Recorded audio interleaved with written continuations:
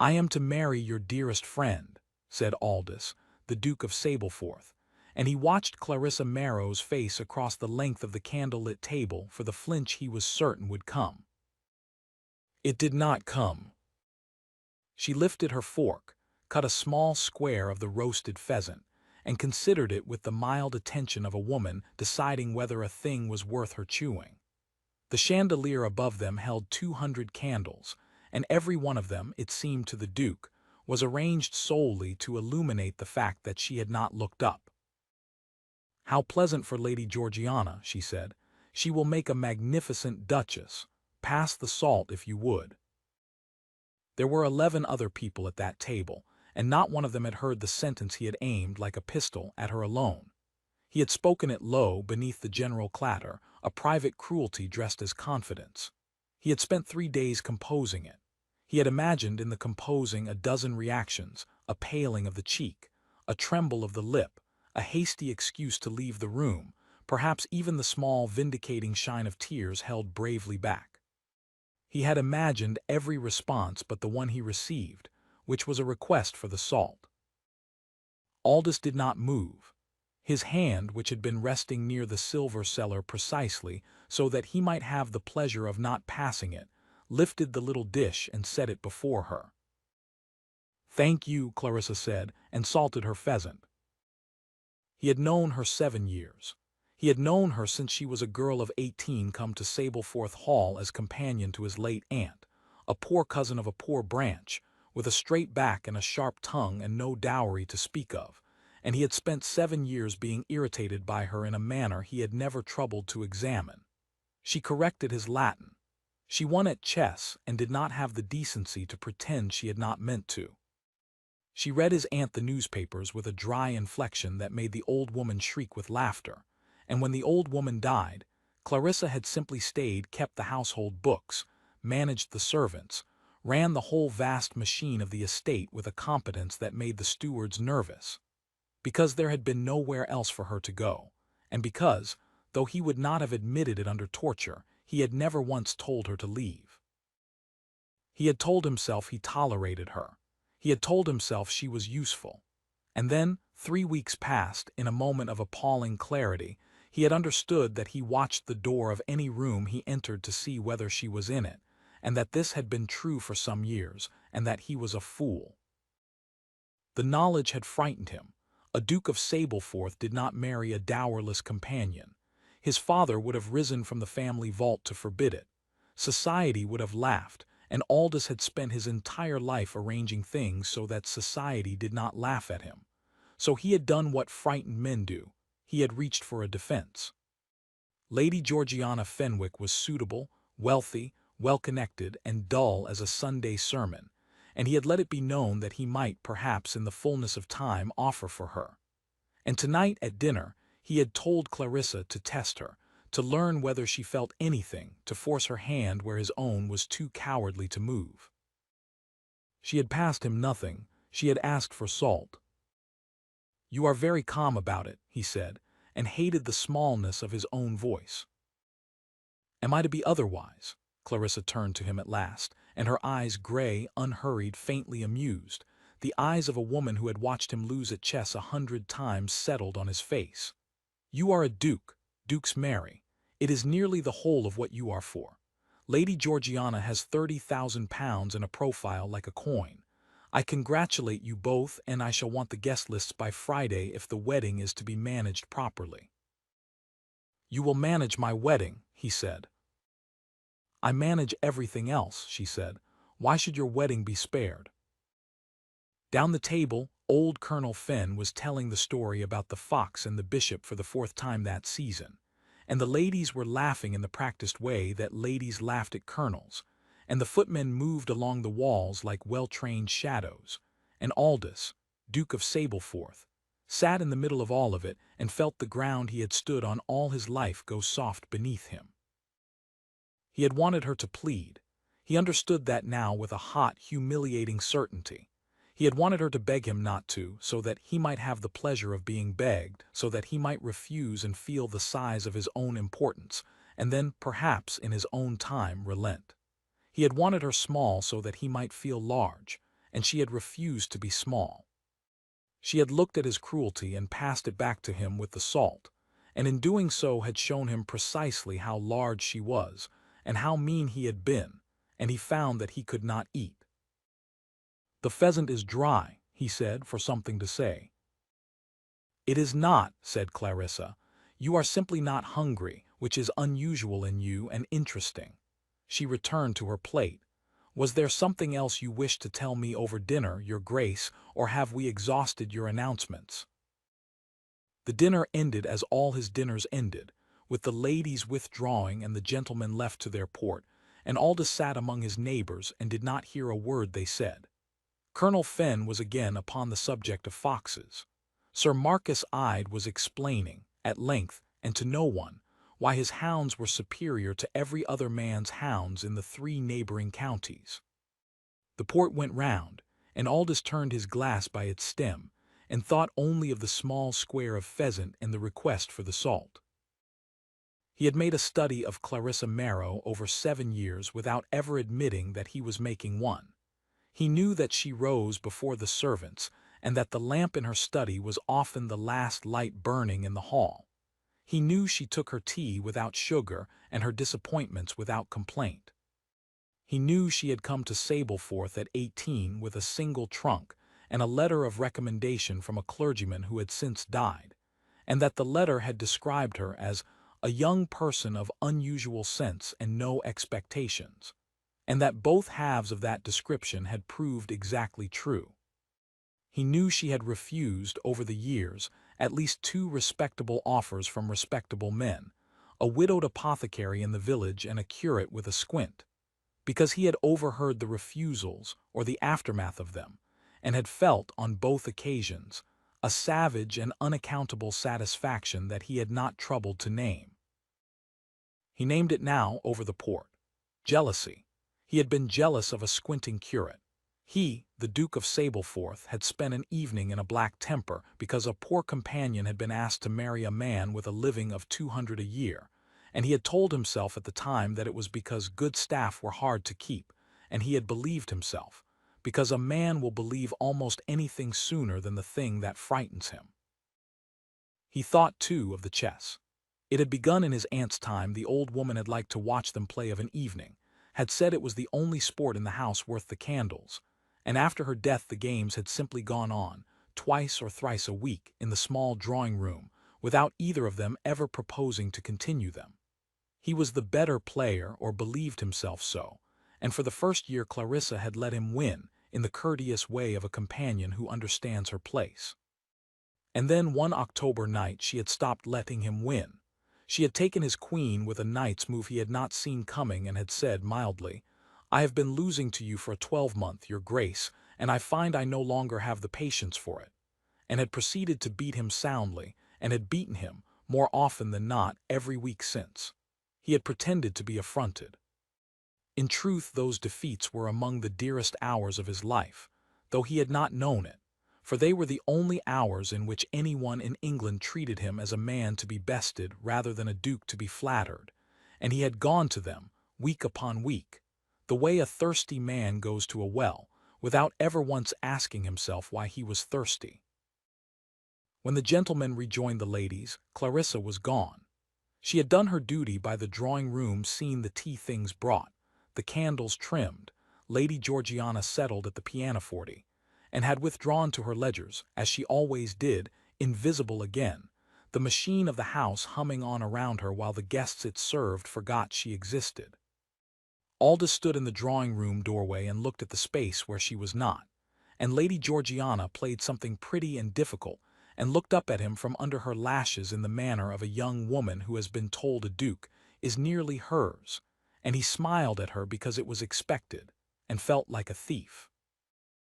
He did not go to the ledgers that night. He had not yet found his courage, but he began from that night to unpick in his own mind the thing he had so carelessly set in motion, and he discovered that it did not unpick easily. For the trouble was this: he had not proposed to Lady Georgiana. He had said to 2 or 3 of the right people, in the vague grand way that dukes are permitted, that the connection would please him and the world had done the rest. Lady Fenwick had heard it within the day. By the end of the week it was understood. And a thing understood, Aldous was learning, is very nearly as binding as a thing sworn, when the understanding is between families of consequence and the whole county is watching to see it kept. To draw back now would be to make a public liar of a duke and a public fool of a well-born girl. And society, which forgave dukes a great deal, did not forgive that. He had built himself a prison out of a single careless sentence, exactly as he had built one out of the sentence he had aimed at Clarissa, and he began to understand that his whole life had been an accumulation of such sentences, grand, careless, unretractable, spoken, to arrange the world into a shape that impressed it, until he stood at last in the middle of the arrangement with no room to turn around. The Fenwicks arrived 3 days later. Lady Fenwick was a woman who did not so much enter a house as annex it. Within an hour she had reorganized the seating in the morning room, criticized the arrangement of the hall flowers, and inquired of the housekeeper in a carrying voice whether the person who manages the accounts might be spared to attend upon Lady Georgiana, as a girl of her prospects ought not to be without a woman to see to her things. Aldous, passing the morning room, heard Clarissa's reply. "I am afraid the person who manages the accounts is fully occupied, my lady, in managing the accounts," she said, in the pleasant level voice that gave nothing away. "But I shall send you Sarah, who is deft with a needle and has a sweet temper, and who will suit Lady Georgiana far better than I should, being younger and less inclined to opinions." "Opinions," repeated Lady Fenwick, as though the word were a small dead thing found in the soup. "They are the great disadvantage of managing accounts," Clarissa agreed. "One develops them. I shall send Sarah within the hour." And she had swept out, not swept. That was not her way. She had walked out with her straight back and her keys at her waist and her chin at exactly the angle it always held, and had passed Aldous in the corridor without a flicker, "Your Grace," a small inclination of the head, gone. He stood in the corridor a long moment. Then he went and found his steward Portlaw and asked, for the first time in his life, to see precisely how much of Sableforth's prosperity was owed to the woman who managed its accounts, and the steward, an honest man named Portlaw who had served 3 dukes, looked at him steadily and said, "The whole of the recovery, your Grace, since your late aunt's time. She turned the home farm about when it was losing money. She caught 2 stewards thieving before me and dealt with them so quiet you never heard of it. She has saved this estate, by my reckoning, better than £4,000 in 7 years, and taken for it a companion's wage and a room at the top of the North Stair, if you'll forgive me saying so." "I forgive you," said Aldous. "Say the rest of it." "There is no rest, your Grace," said Portlaw, "except that she is the best of us and always was, and it is a shame the county cannot see it. But then the county never could see a thing that did not wear its worth on the outside." And he had gone back to his ledgers, and left the Duke of Sableforth standing among the green ranks of books that recorded, in a firm dark hand, 7 years of a devotion he had taken for a wage. He took to seeking her out on the pretext of the household accounts. "The Michaelmas figures," he said, one evening, coming into the little study off the library where she worked, where she had always worked, where a single lamp burned and the estate ledgers stood in their green ranks. "I wish to review them." "You have never wished to review them in your life," said Clarissa, not looking up from her column of figures. "You do not know a ledger from a hymnal. Sit down, your Grace, before you knock over the ink." He sat. He watched her pen move. He watched the lamplight on the side of her face, on the plain gray stuff of her gown, on the small competent hand that had held the whole of his estate together for years while he had shot pheasants and gone up to town and imagined himself important. "Portlaw tells me," he said, "that you have saved this estate £4,000. "Portlaw exaggerates. It is nearer 3. She turned a page. "Was there anything else, or did you come merely to be astonished that a woman can add?" "I came," he said, and then did not know what he had come for, or rather knew and could not say it, and so said instead, "You have never once asked me for anything. In 7 years. "What should I ask for?" A better wage, a better room, the credit for the home farm, anything. Other people ask me for things from the moment they wake, you never have. She set down her pen at last and looked at him, and there was something tired in it, something that had been held a long time.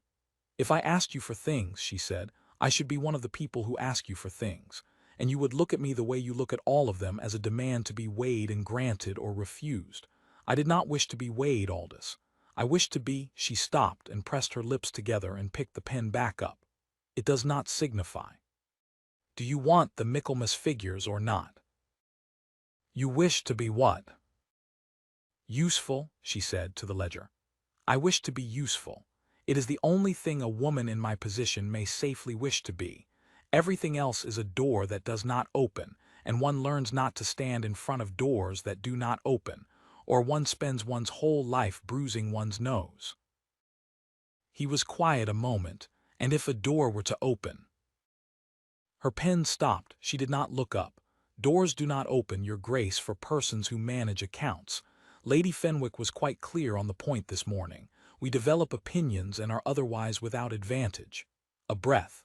You are engaged to be married. You should not be sitting in my study at this hour asking me what I wish for. It is not, it will be remarked. Nothing is signed, he said. The Fenwick match, nothing is signed. Something moved behind her gray eyes, quick, and was gone. Then unsettle it if you like, she said. You are a duke. You may do as you please, you always have. That is not true, he said, and was surprised to find it was not. I have never once in my life done as I pleased. I have done as a Duke of Sableforth does. There is a difference, and I did not know it until this fortnight, and I am 40 years old, and I find it a bitter thing to learn so late. For the first time since the dinner she was silent, truly silent, not the composed silence she wore like armor, but a real one, a startled one.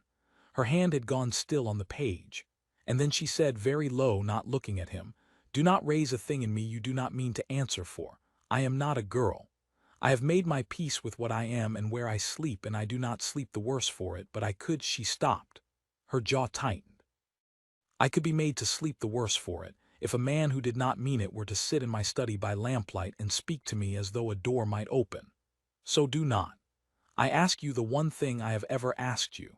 Go up to your betrothed, and leave me my £3,000 in my room at the top of the north stair, and let me keep the peace I have paid so dear for. He went. He had not the courage yet for anything else, and he saw that to press her further that night, with nothing settled and no promise he could make good, would be a cruelty worse than the salt. But at the door he turned. I have never once looked at you, he said, as a demand to be weighed. Whatever else I have done, and I have done a great deal wrong, I have never done that. I want you to know it before I go, because I think you have believed it for 7 years, and it is not true, and I cannot bear that it is the thing you believe. And he went up the stairs to his own rooms, past the door of the guest wing where his betrothed slept the sound sleep of a girl to whom no door had ever failed to open, and he lay awake until the birds started, and knew that he had a choice to make that would cost him, whichever way he made it. The thing he had spent his life protecting, his standing, his dignity, the smooth, admiring surface of the world, and that he no longer cared for that surface at all, and had not perhaps for years, and had only just discovered it. The days that followed were the longest of his life, and he had lived through a war and the deaths of both his parents and the slow dying of an aunt he had loved better than either. He rose, he rode. He sat through dinners at which Lady Fenwick spoke of nothing but the ball, and Lady Georgiana played the pianoforte with a competence as flawless and forgettable as everything else about her, and Clarissa Marrow did not appear, having pleaded, through the housekeeper, the pressure of the quarter's accounts. He knew what she was doing. She was removing herself, brick by brick, from the parts of the house he moved in, so that when the thing was done, when the announcement was made and the engagement sealed, she should have already accustomed herself to the distance. She was managing her own heart the way she managed the home farm, prudently, quietly, cutting the losses before they could grow. It was the most sensible thing in the world, and it very nearly broke him, because he understood at last that she had been managing it for years. The composure at the dinner table had not been indifference. It had been the last and hardest work of a woman who had loved without hope for a long time and had learned to do it without a sound. Twice he went as far as the door of the little study, and twice he turned back because he had nothing yet to offer her but words, and she had asked him plainly not to bring her words. She had asked for a door that opened or no door at all. And a door, he was discovering, does not open by wishing. It opens by the breaking of the wall it is set in, and the wall was his whole life, and a man does not break the wall of his whole life quietly, in a study by lamplight. He breaks it in the open where everyone can see, or he does not truly break it at all. He understood then what he would have to do, and where, and how much it would cost, and he was afraid. He who had faced a French cavalry charge without his heart moving faster than a walk. He was afraid of a ballroom and a girl in white and the laughter of his neighbors. But he was more afraid now of the top of the North Stair, and the lamp that burned there late, and the woman who would carry her 3,000 pounds of thrift and her unopened door up those stairs every night for the rest of her life, alone, because a duke had wanted to feel large and had been too much a coward to feel loved. He would not be that duke. He had been for 40 years. He would not be him for one more night than he had to. He sent for his steward Portlaw the morning of the ball and gave certain instructions, quiet ones, concerning settlements and a certain small property, and a matter of law, and Portlaw heard them out with his honest steady face, and at the end of them said only, "Very good, your grace. And might I say it is the first instruction you have given me in 7 years that Miss Marrow herself would have approved," and left before the Duke could reply, which was as well, because the Duke could not, just then, have replied at all. The betrothal ball was set for the last Thursday of the month, and it was to be, Lady Fenwick declared, the event of the season, an announcement to the whole county, past which no gentleman of honor could withdraw. Aldous understood the strategy. He had used it himself in other matters. Make a thing public and it becomes a debt. A man will pay in misery what he would never pay in coin, sooner than be thought to have broken his word. He did not sleep the 3 nights before.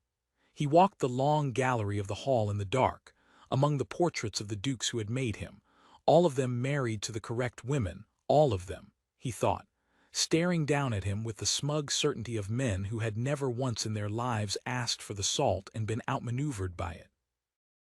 On the night of the ballroom was gold, as Clarissa had ordered, and it was full of the county's best, and the chandeliers were lit, and Lady Georgiana stood at the head of the room in white satin looking, it had to be said, magnificent and entirely content, a coin about to be spent well. And Clarissa Marrow stood against the far wall in her plain dark gown with the household keys still at her waist, because she was staff, because she had arranged all of it and would take no credit and would slip away the moment the dancing began. And Aldous looked from the one woman to the other and knew, with a clean and terrible certainty, which of them he could not live without. Lady Fenwick was already moving toward the small dais, gathering the room's attention, preparing the moment of announcement. In a minute less, she would call for silence and speak his name and the name of her daughter, and the debt would be sealed, and he would be a man of honor bound for the rest of his life to a coin. He thought in the half-second before he moved of every duke in the long gallery upstairs, every correct marriage, every smooth, admiring surface his family had maintained across 4 generations, and he thought of his father, who had married a woman he did not love because she was the right woman, and had died a cold man in a cold house, respected by all and mourned truly by none. He had spent 40 years afraid of becoming that man.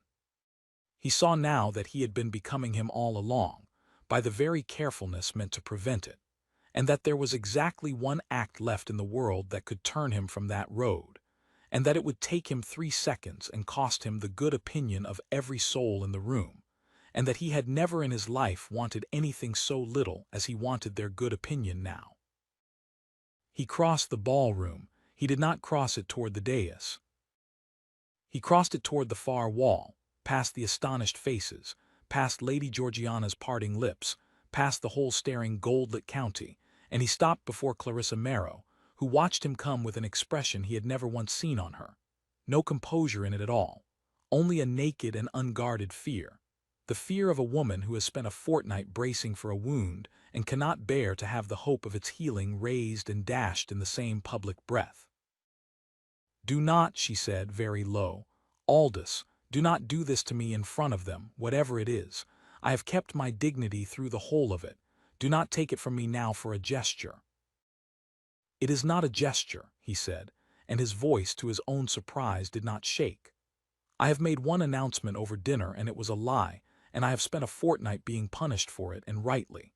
I will make the true one now, and I will make it loudly, because you deserve to be chosen loudly, and I have hidden you in the accounts of this house for 7 years like a thing I was ashamed to own, and I am ashamed, but of that, only of that, and never of you." The room had gone silent. Lady Fenwick stood frozen at the dais with her mouth open on a name that would never now be spoken. "There is no dowry," Clarissa said. It was not an argument. It was the last stone in a wall she no longer had the strength to hold up. "There is no name. They will laugh at you. You have arranged your whole life so that they will never laugh at you." "Let them laugh," said Aldous, Duke of Sableforth, and he took her cold, competent hand in both of his, there in the gold light before all of them. "I have discovered I would rather be laughed at with you than admired without you. It is not a near thing. It is not a close-run sum. Marry me, Clarissa. Not because I am a duke. You have never once been impressed by that, and it is among the reasons I cannot do without you. But because there is no room I have entered in 7 years that I have not searched for your face, and I am tired, I am so tired, of pretending I do not know why." For a long moment she did not speak, and he stood with her hand in his and the whole county watching and staked everything. He was on the gray, unhurried eyes that had beaten him at chess 100 times. "You," said Clarissa at last, and her voice was not steady now, not steady at all, "are the most exasperating man in England, and you cannot read a ledger, and you announce this appallingly, and yes," a breath, half a laugh, wholly a sob, "yes, you impossible man, yes." He raised her hand and pressed it to his lips, and the ballroom, which did not know whether it had witnessed a scandal or a fairy story, and would spend the rest of the season deciding, began, uncertainly, to applaud. Lady Fenwick, to her lasting credit, recovered faster than anyone. She had not built a life out of ambition and whalebone by allowing herself to be seen defeated, and she gathered her daughter and her dignity, and within the quarter hour, was assuring anyone who would listen that of course she had always suspected the Duke's heart lay elsewhere, that Lady Georgiana had never truly been more than a favoured guest, and that a girl of £30,000 need hardly weep over a Duke who preferred bookkeeping to breeding. It was a magnificent performance, and Aldous, watching it from across the room with Clarissa's hand still in his, found that he admired the woman more in her retreat than he ever had in her advance. He sent Lady Georgiana, some weeks later, a gift so handsome that it silenced the last of the county's tongues, and the girl, who was not unkind, only untroubled, wrote back a note of thanks so genuinely relieved that he understood she had wanted the match no more than he had, and had only, like him, been carried by the great engine of what everyone expected. He kept her note. It seemed to him a small monument to how many lives were spent obeying the wishes of a world that did not, in the end, much care. There was, before the wedding, one conversation he had dreaded above all others, and it was not with the county nor with his lawyers but with himself, alone in the long gallery before the portraits. He went up on a grey afternoon and stood a long while before his father's picture, the cold, correct man in the correct dark coat, and he said aloud, to the paint, the thing he had never dared say to the living man. "You were wrong," he told his father. "You taught me that a Sableforth marries to preserve the name, and that a man's dignity is the good opinion of people he despises, and I believed you for 40 years, and it made me small. She is worth more than the whole of the county's regard, and I mean to have her, and I am done being your son in this one thing." The portrait did not answer, of course.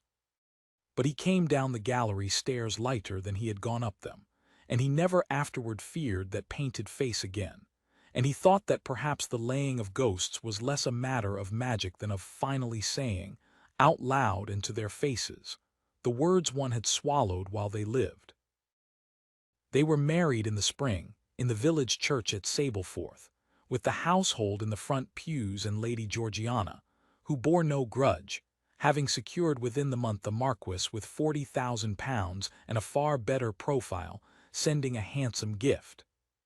Clarissa gave up the household keys to a housekeeper, and took up the Duchess's seat with the same brisk competence she had brought to everything. And if the county had expected to look down on the dowerless companion who had caught a duke, it found her impossible to look down upon, for she looked back with those level grey eyes, and it was somehow always the county that lowered its gaze. The instructions he had given Portlaw on the morning of the ball came to light in their own time, and were spoken of in the county for a season after. He had settled upon Clarissa, before ever he crossed that ballroom floor, a small property of her own and an income independent of him, drawn up in law so that whatever her answer had been, yes or no, she should never again in her life be a woman without a door of her own to open. When she learned of it, she was angrier than he had ever seen her, and then she wept, which he had never seen at all, and then she said that it was the only truly clever thing he had ever done without her help, and he took the compliment, for he had learned to take what she gave and be glad of it. She kept the ledgers still. She could not be persuaded to give them up, and after a while he stopped trying, for he found he liked the sight of her at the desk with the lamp on the side of her face, and he took to sitting with her of an evening while she worked, pretending to read, watching her pen move down the columns that had held his house together for 7 years before he had troubled to notice. Sometimes she read him a figure that pleased her, and sometimes he understood it, and she was as delighted by his understanding as if he had been a promising pupil, which, in the matter of loving her, he supposed he was. On their first evening as man and wife, they dined alone at the long table where he had once aimed his cruelty at her, and the chandelier held its 200 candles, and Aldous reached, out of long habit, for the salt cellar and set it before her before she could ask. Clarissa looked at it. Then she looked at him, and the corner of her mouth turned up in the old dry way that had irritated and enchanted him for 7 years. "You are learning," she said. "I have a good teacher," said the Duke of Sableforth, "though she wins at chess and does not have the decency to pretend she did not mean to."